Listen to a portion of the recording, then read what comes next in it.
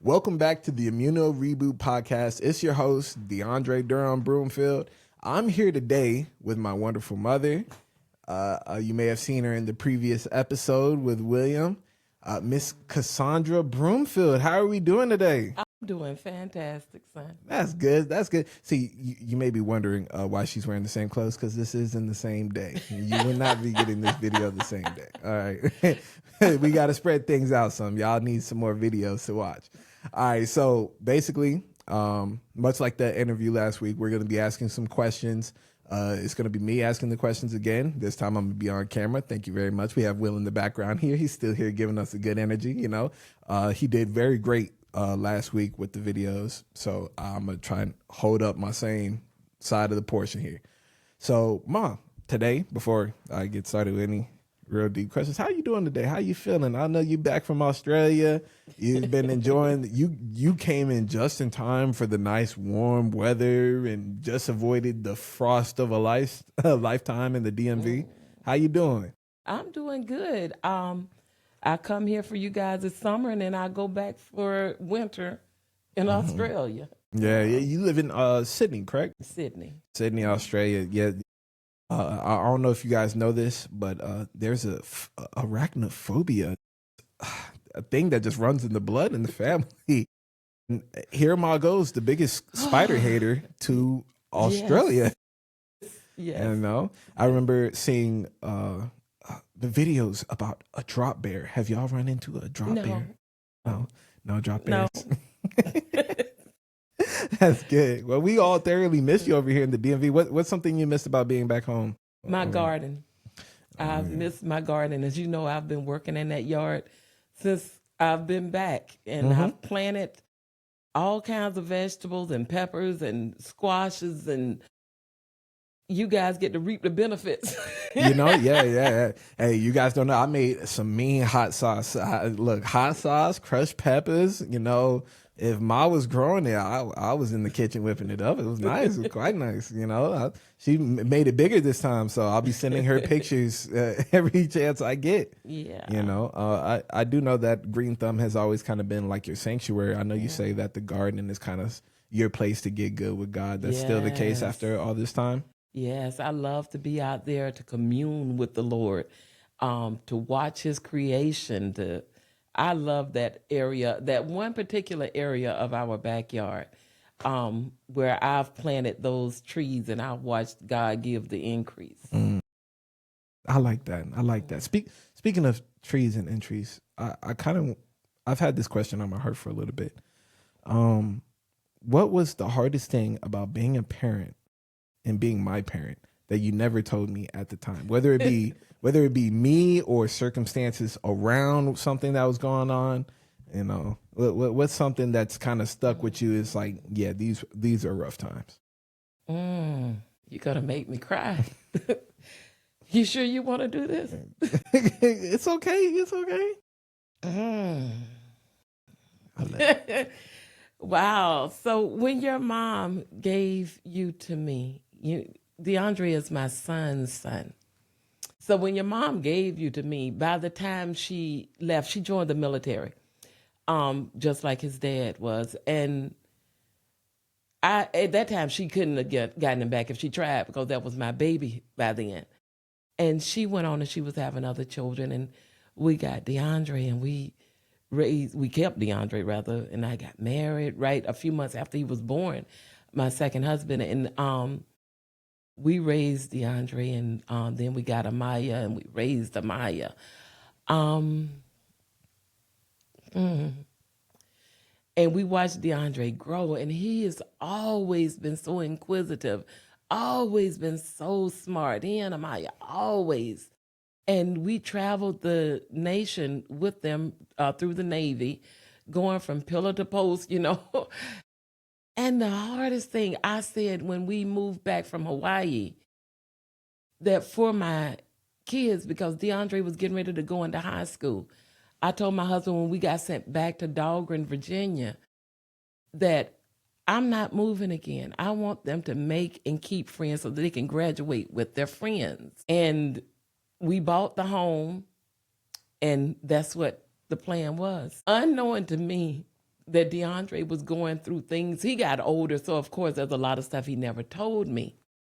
But as he got older and he was going through his own battles that he never spoke about, he just became so withdrawn. And because DeAndre had been quiet for years, he talked only when he had to, we didn't notice. And one day I came home because of a problem with a granddaughter of mine. And I came home on my lunch and I was getting ready to go back to work. And the phone rang and I said, yeah, I've already handled that, thinking it was about my granddaughter. And she was like, Mrs. Broomfield, I'm calling about DeAndre. I said, about DeAndre? She's like, yeah. DeAndre's on his way to the hospital. He has tried to commit suicide. And I almost dropped. And all I could do was just fly down the road. I went to the school. I was telling him, just give me his things. He's going to be all right. I'm praying about this thing. I just need his backpack. I need his phone, give me this stuff. And the teacher, she was going to get the stuff because I was thinking that the ambulance was still there. When I would get there, they would still be there because they called me. So, I went right away. And I said, just give me his things and I'll go with him. And they was like, you don't want to see it. It's too much blood. Whew. So I took off. I actually passed the ambulance on the way to the hospital. And I got there and I told them who I was and they said they don't have anybody there. And then the ambulance pulled up and the security guard came and told them that they were there. And they put me in this room to wait when all I wanted to do was see my baby. And the chaplain came out. Being military, working for the government as many years as I did, when we see the chaplain, it was not good. So I dropped. I at that point, I couldn't hold on anymore. Just for this chaplain to tell me, no, he's fine. But at that point, it's like my husband was stationed in Norfolk. He must have gotten here in record time when we called him and told him what was going on. He got here in record time.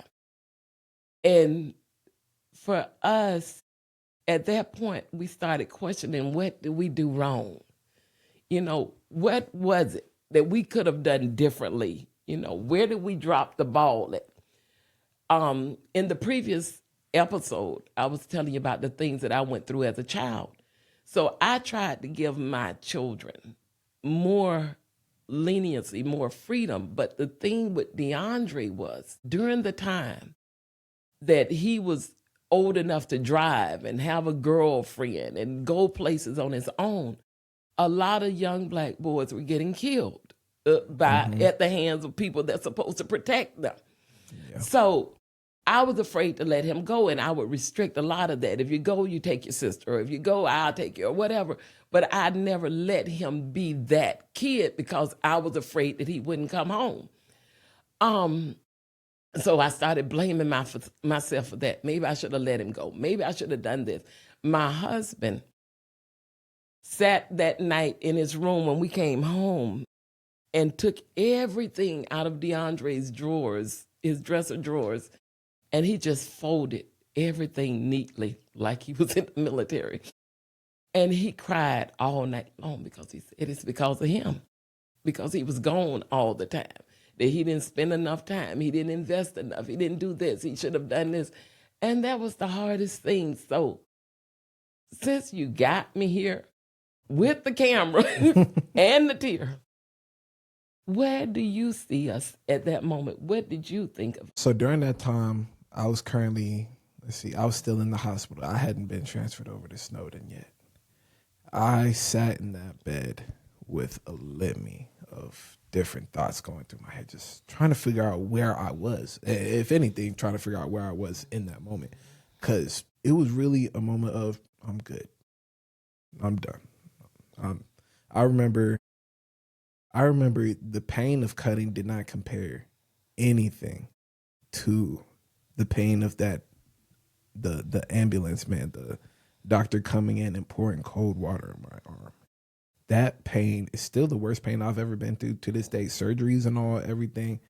That was the worst physical pain I ever had. And it used to bother me even still, because in that moment when he did it, I remember saying, no, what are you doing? I was in pain. I I was mad he was doing. What are you trying to do? Why are you saving me? What? This hurts more than anything. What are you doing? And I remember just that from that moment thinking, that one stuck with me in the hospital bed while I'm seeing all these people come through this, showing their love for me and everything. I just remember it's like, why did it hurt more when somebody was trying to save me? And I would make that connection every time to you two, because there was a disconnection, and it still is a disconnect. There's always going to be a disconnection between a parent and their child, no matter what the child's going through, no matter what the parent is going through. And as a parent now, I know it's not, my daughter won't know she won't know half the things I've had to go through just up until the point she got here, you know? And I've been blessed, you know, and I have a long road ahead of me. Glory be to God. I know I'll have a long road ahead of me. But I remember in that hospital bed thinking, it's like, man, the thing that may have been good for me hurt. But if I wasn't here to feel that pain no more, that would hurt more. And it's not a physical hurt. That's an emotional hurt.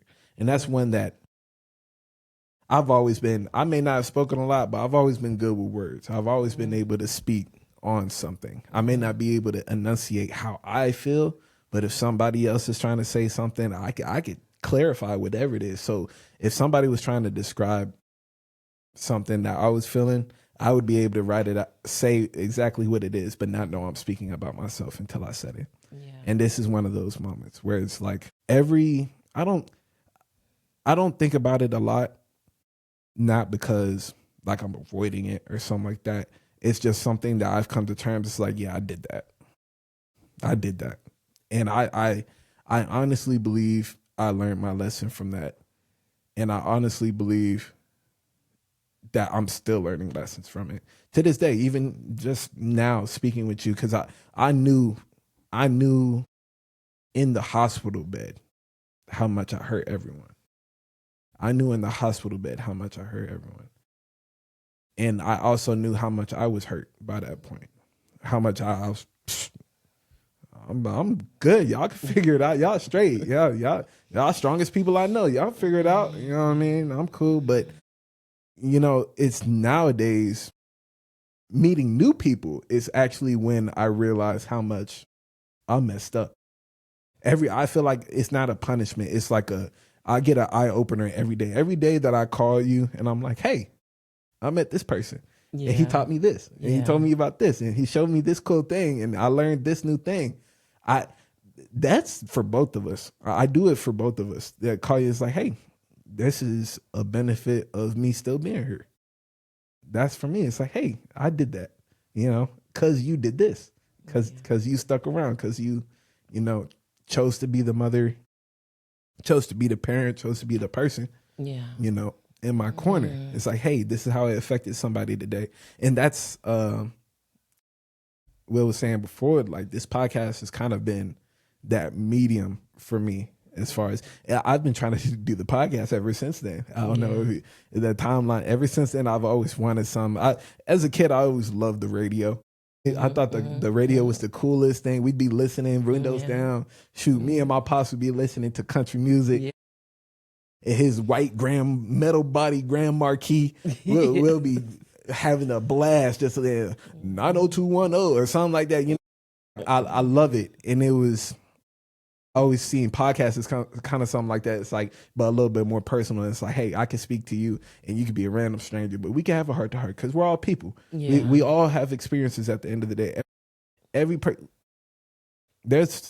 I could promise you there's more than one person that's listening to this and is probably in the same situation, because there's been too many times where I have listened to someone speak and think, wow, that's me.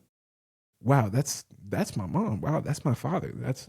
And even nowadays, people my age, we will be in like these group chats. It'll be like me and my friends, we're in a Discord. And Discord is like this place we could go to. You could chat it up, be in a game room or whatever.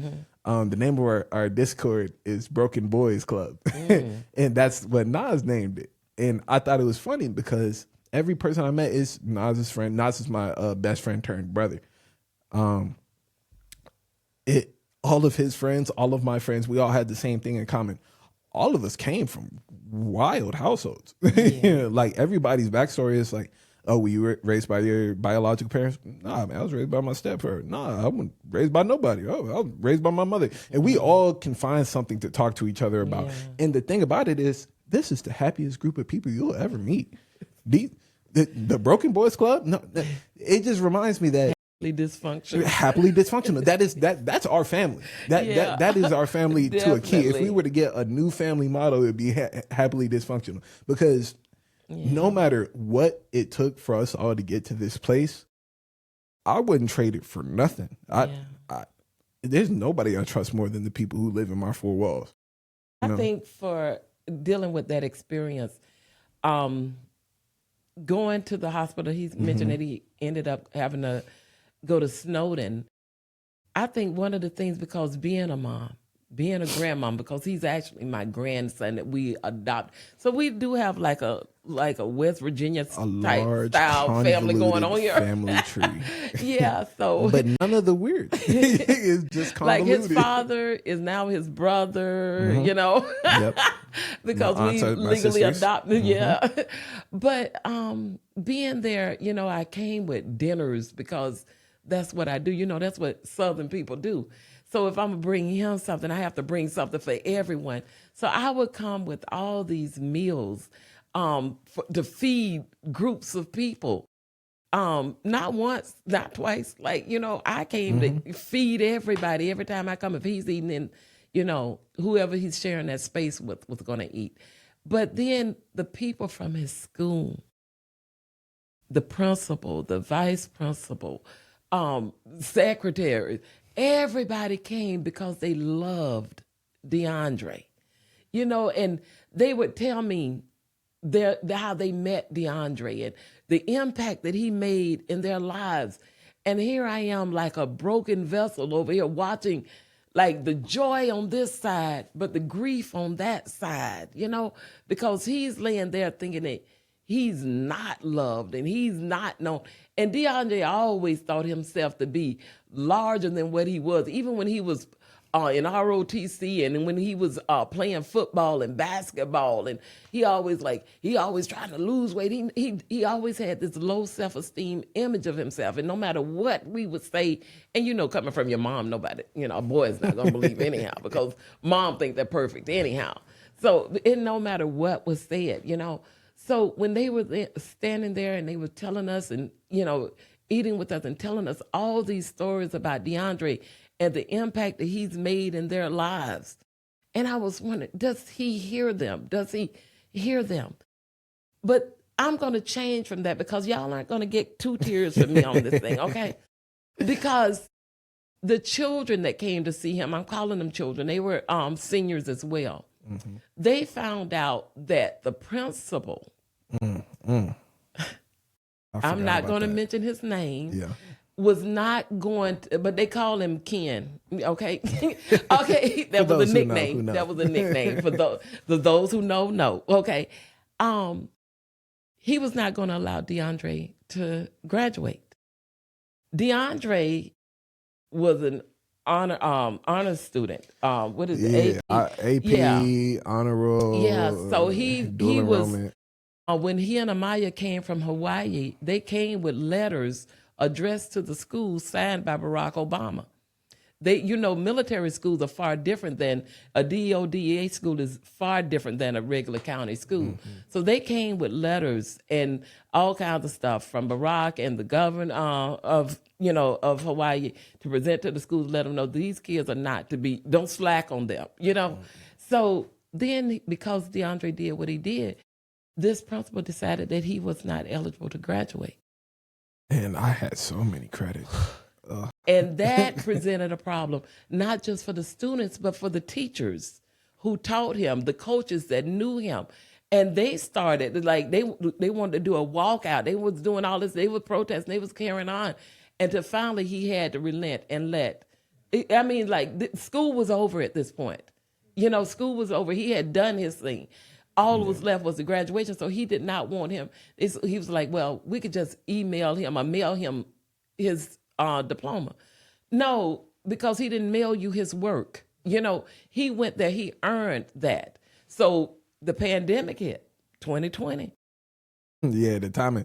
Yeah, the timing was crazy. Didn't have no choice at that point, because there we go. So he goes up there and he takes his picture, and even though we were in a pandemic, the whole family was there, But the thing that was so impressive with the children, and it started making me see the county in which we lived in and the school system in which the children attended differently. Because just as DeAndre was telling about the Broken Boys Club, how they come from different homes with different styles of dysfunction, the students started telling us, just on their own, just come up. And they was telling us that this was me. Said, do you know how many attempts are made to take our lives at school? Kids are telling me about how they've done this, and they've, the pills, different things, because of the stress that takes, and it's usually the AP kids, the honor roll students that's doing this. It's because they said they're up under such pressure. And one boy broke it down to me. He said, when I was in elementary school, I would get a recess. I could go and burn off the energy. Middle school, you go to the cafeteria, you talk to your friends, you get the downtime. But when you get to high school, is go there, you eat, you get back to class. So you can't even socialize with your friends. No. So everything, they give you so much homework after school, and you have sports, so you have no downtime. And pretty soon, everything starts collapsing around you. And he had told me that he tried twice, and it was always at school where they try to end themselves. Yeah. And that's where you crack. Yeah, that's where and that I was telling the teachers, and he had one really great teacher who listened, and she was, and she was like, she had seen and heard certain things, but when those kids started pouring out their heart, and I don't mean 2 or 3 kids, there were so many children that were, I call them children, that were coming, these young adults were coming up, and they were telling their stories about their time. And we was like, well, what is the schools doing about it? What are the superintendents doing about this? There's a problem at the schools. These kids cannot be robots all day long. They have to unwind.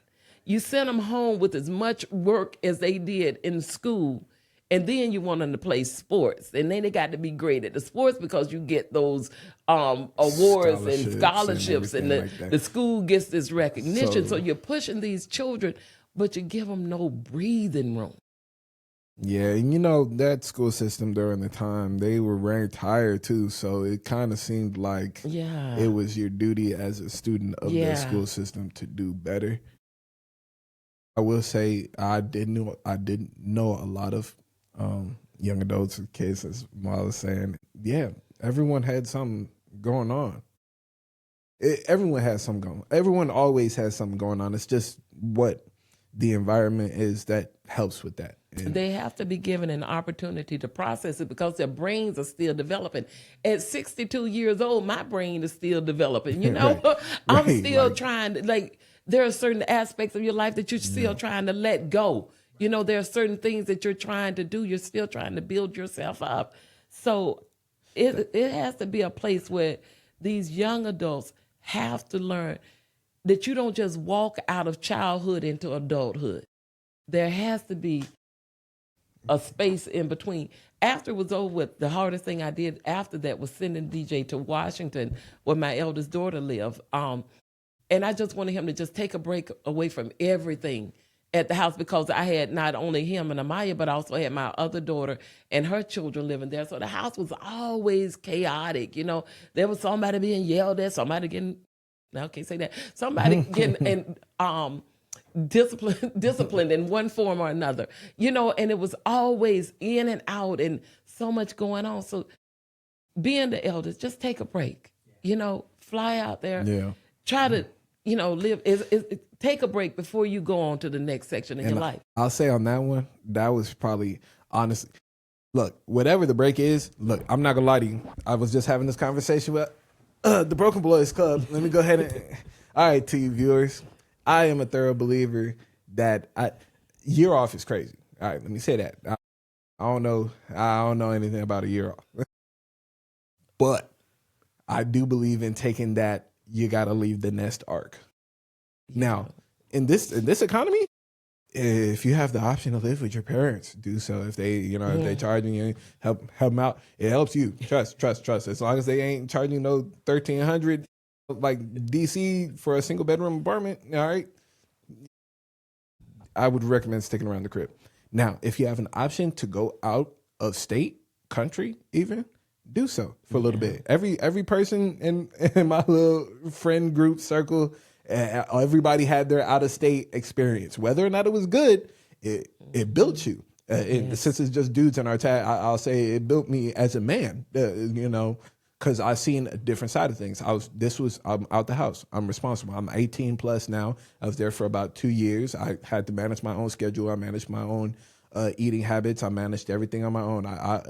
Part of the reason I was over there was they stopped recruiting in my area for the military. I was trying to join the military since I was 17. It was always something, whether it be my weight, whether that was another thing that added to like the self-esteem thing, because I was always like a bigger dude, but I could do all the exercises. Like I'll track and field, basketball, football. I was doing anything and everything I could get my hands on. I could do all the exercises, but I'd had to get roped up every time.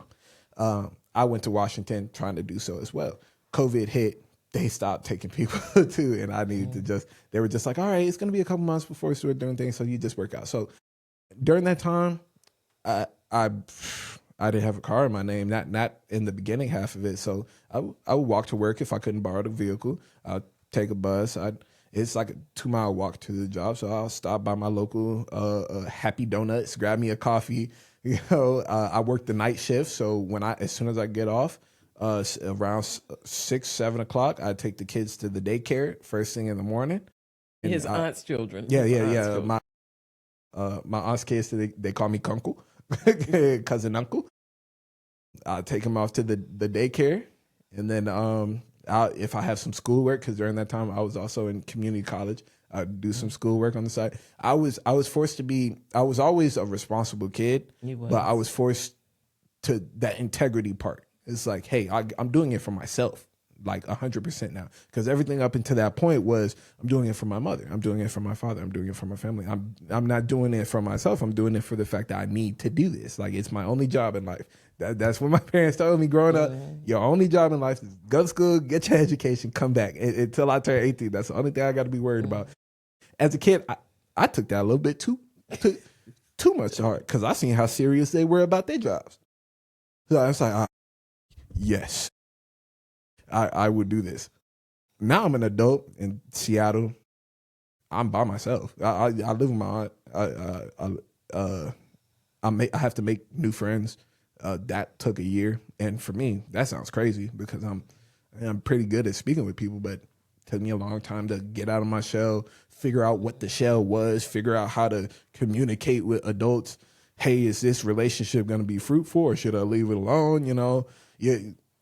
You learn a lot of things from scratch when you're forced to go out the nest. And I mean, like a lot of my friends, it's Arizona, some went to Arizona, some went to Florida, some went to South Carolina. They go to an extended family member just like I did. And it's just, you grow as a person. You try to help out when you're there. But I'm 100% believer of taking that time out. It's like, hey, you might suffer during that little bit of time, but guess what? You're going to come back hard as a rock. It's like, oh man, I had to walk 2.5 miles to and from work that day. I'm cool. There's nothing. I get a little beater car now. You get grateful for the things you have, and you take better care of it. You think about the position you're at, and when you see other people, it's like, okay, I'm not that bad. I can, as long as I don't do this, I'll be cool. As long as I do that, I'll be cool.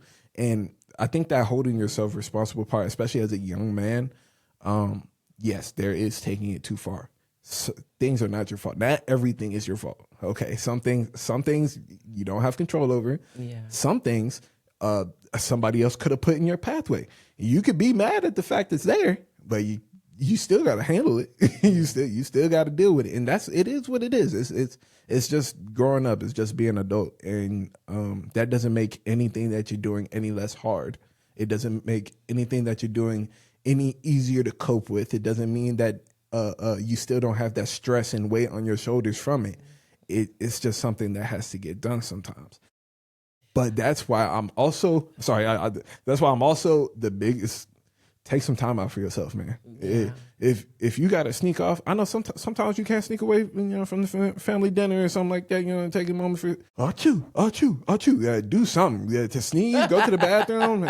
Oh man, my ankle hurt. I got to walk it up. Step outside. Take a breath for yourself. Take a moment for yourself. You are the most important person in your life to yourself at the end of every day. Because if you are not there, there's no point to anything that you're doing. You have to learn to pour yourself from the same cup you're pouring to everyone else. Yeah, you got to refill your cup and sometimes serve yourself. But I'm going to say, because DeAndre was out there, we were thinking like a year and a half. When it started going past 2 years, my husband was like, okay, that's enough. Because I've invested too much for him to be working at the Home Depot, So my husband got on a plane and he went out there, and nobody wants Pops to show up. So my husband, like, they are the best of friends. I'm the outsider in the family. The three of them, they're the three amigos. I'm just the person that cooks and cleans. No, Maya likes you a lot. I don't know. Maya keep getting me fatter because she's a baker. But that's all of us. He goes out there and he packs up DeAndre and he brings him back home.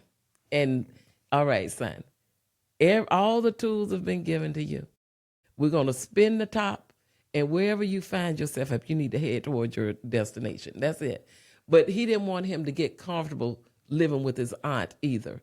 Yeah, so that was the thing. Didn't send you out there for comfort. We wanted you to grow and develop and know your own self. And for me, after what I had just gone through with his high school year, I was scared to death. I was calling all the time. How's DeAndre doing? You say he hasn't come out the room. Knock on that door. Make sure he's all right, And I was in panic mode for years after. And finally, I can't remember what he did, but he made me so angry. And I just said, you know what? God, it's yours. It's yours. I can't do anything about it because my worrying about it, stressing about him, I'm still not letting him grow to be who he is because I'm still trying to micromanage it, So I got to let this thing go, because if not, I'm going to have a heart attack and die. And then he'll still do what he was going to do, So the best thing I could do is release this thing and let God have it. Meanwhile, I don't want to hear anything. Do not call me with no reports. I do not. Mm-hmm. When he calls, which is he's a bad son. He does not call his mother like he should. I'm bad with phone calls. Yeah, and now that we've spent the last 9 months in Australia, I'm looking at the phone when I see his name come up. Hey, baby. Yeah, like, hey, oh no, I wasn't doing anything. I'm in bed, I'm sleeping. We're on a whole different, like right now, what is it, Tuesday here? Yes. So it's Wednesday over there. Yes. My husband is already a day ahead of us. It's like at 4 and then switch it from AM to PM. Yeah. So right now, like, he called, he's like, hey mom, what you doing? I wasn't doing anything, baby. Mm-hmm. Yeah. Still in the bed, What time it is, I don't care, because he finally called, but, or he finally sent me pictures of my great granddaughter, that kind of stuff. But all of that, if we're talking to the young kids, young adults, I do agree that they do need to experience the life. In this economy, like, our home is large. He and his family has taken up the basement. Then I got the others on the top. I don't know what they're going to do in 3 years when I come back home. But I'm coming back home.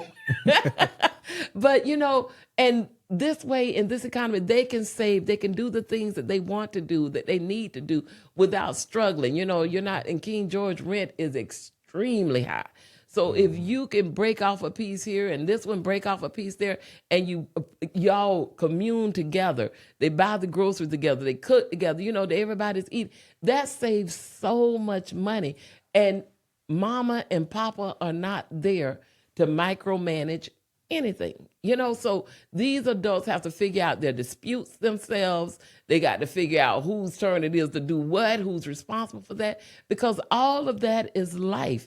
You can't sit there and wait on parents to come back, and you don't wait until you hit the bottom.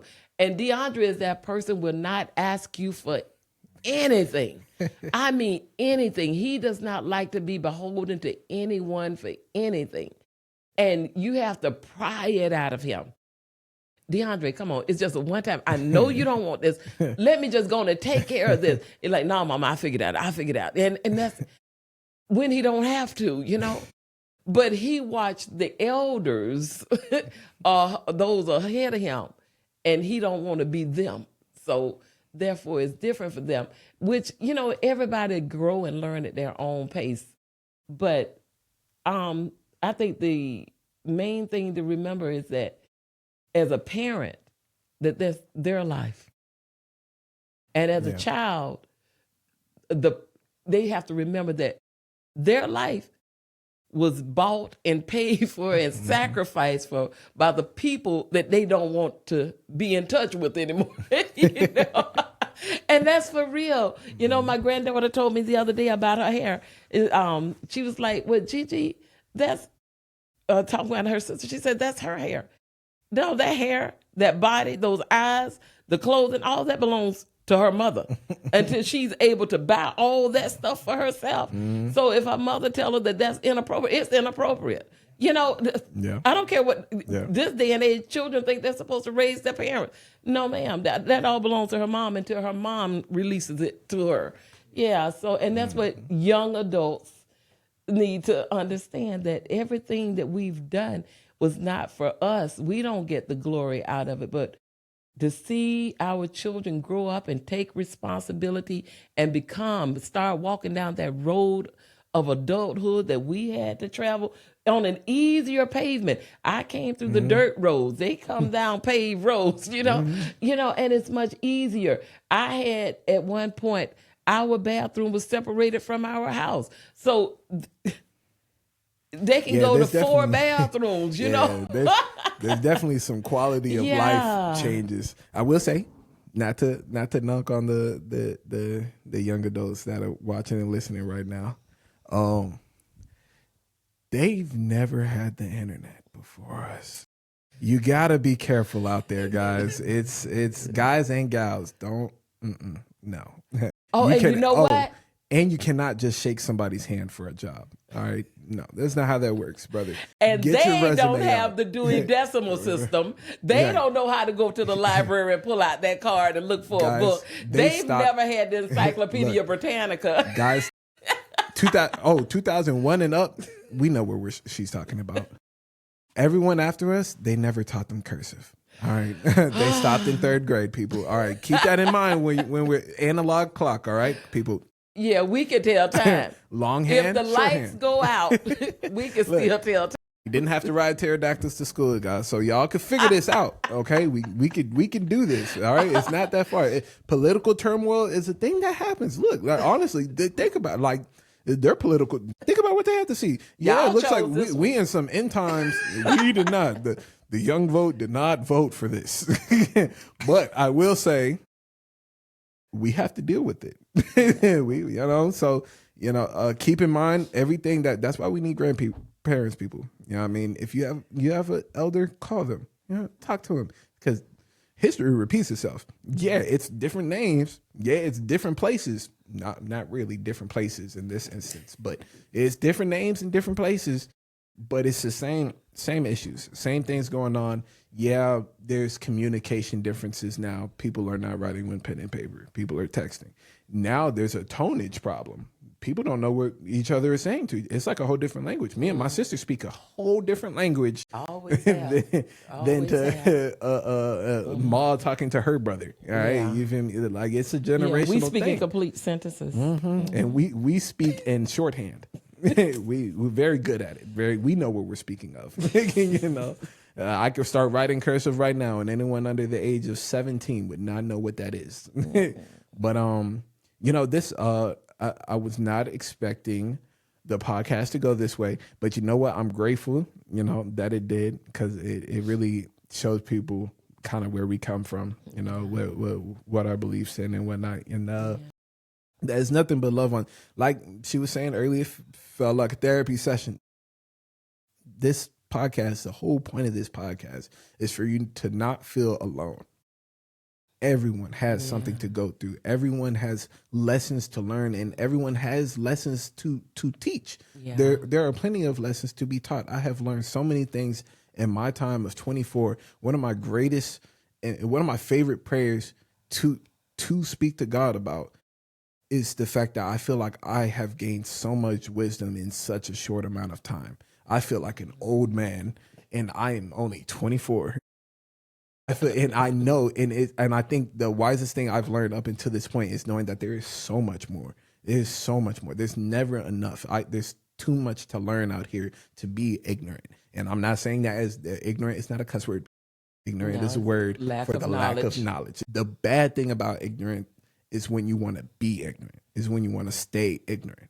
The whole point of ignorance is to get out of it. That's all it is. So. Together, I feel like I've said this before here before too. Together, we can take our time out for ourselves, for our loved ones, for whatever you believe in, and just learn to love yourself. At the end of the day, it all comes down to love. Loving yourself, loving those around you, and loving everything that you stand for. And with that, I'd like to wrap up. Okay. Thank you for listening to the Reboot Podcast. I'd like to thank Miss Cassandra Broomfield, my mother, Mama, Big Mama, Gigi, whichever you want to call her, for joining us. Thank you again for coming all the way out from Australia. You know, next time I would love to bring Pops on too, but I'm just thoroughly grateful I can have one of y'all with me today. That's good. That's good. Thank you for letting me be here and to ramble on. Of course. And if you'd like to hear the rest of the rambles, you can see us out on YouTube, TikTok, Spotify, Instagram, wherever you listen to any of your podcasts and short form content. Thank you. Have a good one.